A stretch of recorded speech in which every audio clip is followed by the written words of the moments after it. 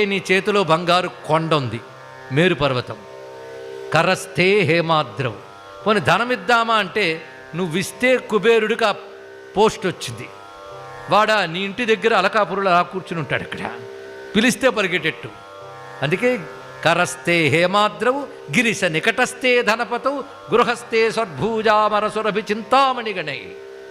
నీ ఇంట్లో కల్పవృక్షాలు, కామధేనువులు, చింతామణులు ఉన్నాయి, ఏది కావాలంటే అది వస్తుంది.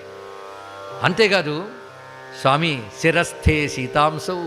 ఒక్కొక్కసారి ప్రేమ పైత్యం ముదిరితే చంద్రుడిని తీసుకొచ్చి నీ తలలో పెడతా అంటాం, ఆ చంద్రుడిని తల మీద ఉన్నాడు, ఇంకేం చేస్తా.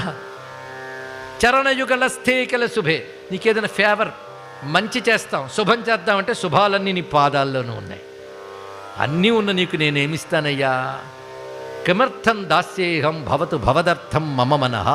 ఇంక నీకేమిస్తాను, అన్నీ ఉన్నాయి నీ దగ్గర లేదు, నా మనస్సు ఒక్కటే అది.